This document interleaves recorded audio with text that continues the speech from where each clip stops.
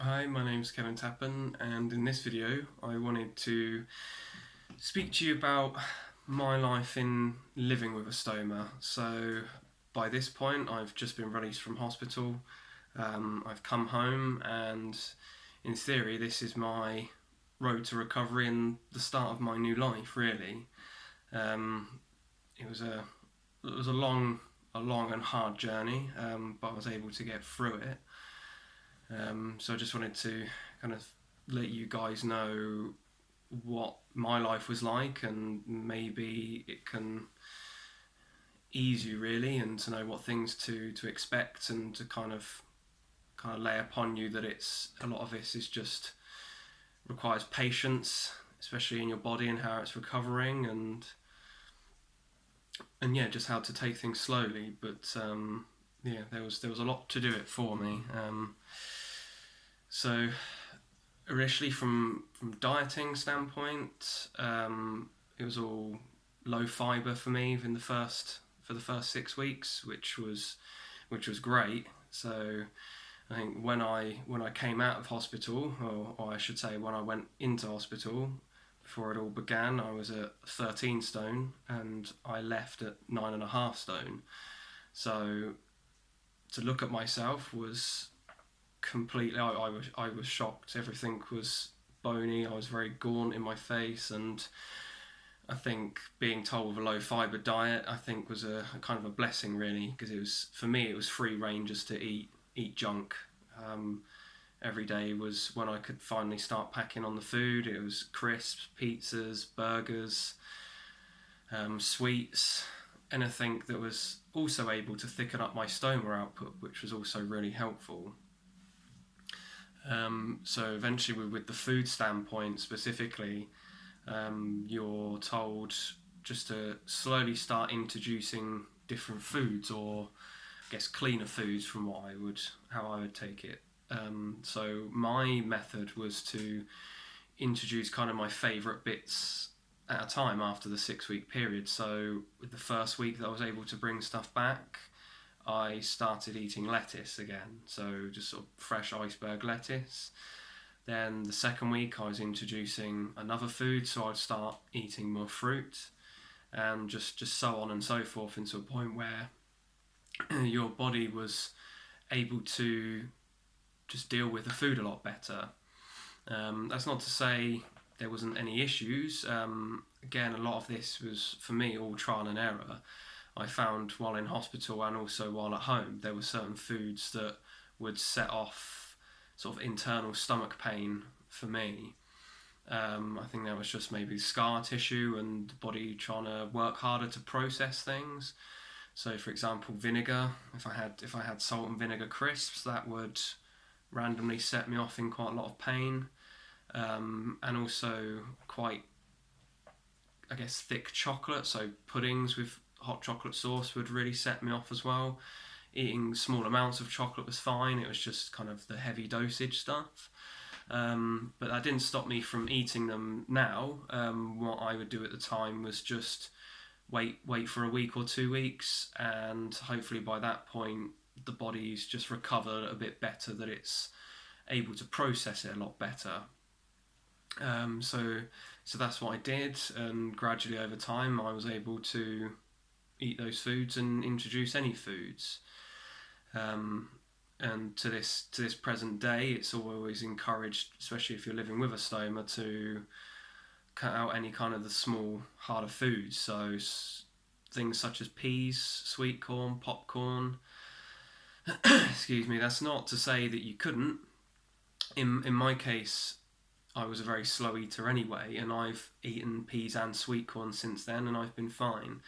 What's just important is to make sure it's all softened up, so it's boiled properly, and to make sure you eat it in smaller amounts, so that way you can effectively chew it properly, and that way it can be digested properly. So, fortunately for me, I've not had any blockages to date, and it's been sort of over 3.5 years for me, just through being a bit more cautious and what kind of foods I eat. Um, Now I know exercise post post surgery was difficult. again, it's just your body trying to work. It's trying to build back muscle. It kind of felt like you're a young kid again. Sort of learning to walk. There was times where I could really struggle walking upstairs. As I said, not to say I couldn't do it, but yeah, it was a various amounts of struggle. I was able to do it just by taking my time, and I would just walk around my house really slowly just to kind of build the muscle in my legs. Sort of within a couple of weeks, I was walking outside, sort of to the end of the driveway and sort of around the block of my house. So that's probably about a quarter of a mile, and to a point where I was able to walk a mile. The only thing I recommend is just to listen to your body with that. So I know when I was able to walk a mile, it was a proud moment, having been through what I had, but that kind of put me in a step back for a few days where I was just having a lot of stomach pain, I think just through overworking of the muscles really. Now when it comes to pain, if you're getting internal pain like I had, obviously check in with your GP. By now they'll have all your records and they'll be able to advise you on and prescribe what pain medication you might need. For me, it was just a case of cocodamol was the highest I went to. So it's obviously a mixture of paracetamol and a small amount of codeine, and that eased the pain somewhat. And yeah, over time it would get better. I still to this day sometimes get internal pain if I've been heavy on my sport. But again, cocodamol and sort of in half an hour I'm absolutely fine. So yeah, all I can say is be patient in yourself, listen to your body, and you'll get there. I got there, so I know you will too. Ultimately, what you come to realise is life with a stoma is just it shouldn't stop you from doing anything that you want to do. I was a keen martial artist beforehand. I was due to go for my black belt 2 weeks before I got sick. I was distraught from it. I'd never sat in my hospital bed. I never thought for a moment that I wouldn't get my black belt. I think it's kind of determination that I had, that I didn't want this to take away anything from me.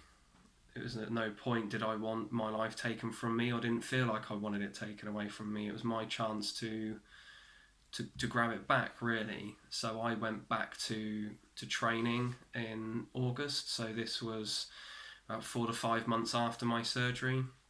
Again, everything's just about adapting. It's with any sport or any kind of physical activity that you do with people, it's just letting them know what you've gone through, to know that you'll be okay. You might just need to start off slow and you just have to adapt. Maybe you just can't be aggressive with everything at first, or people just need to be a bit cautious at first, but then you let them know when you're ready to kind of step up to the next level.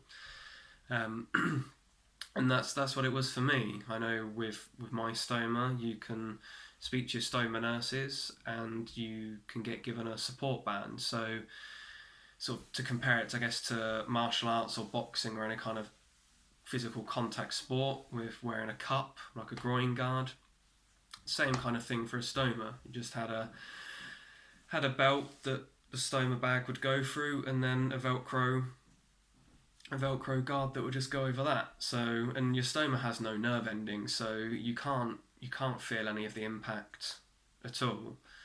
It's just, if anything, it was more the impact on your internals from maybe being put on the floor, so to speak, or also in my case, I found jogging really hard.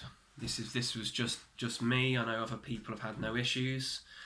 A case of, even to this day, I tend to do a lot of walking now rather than running, because just the impact of jogging and running really fast can have a bit of pain on my stomach. So that's just how I adapted to keeping fit.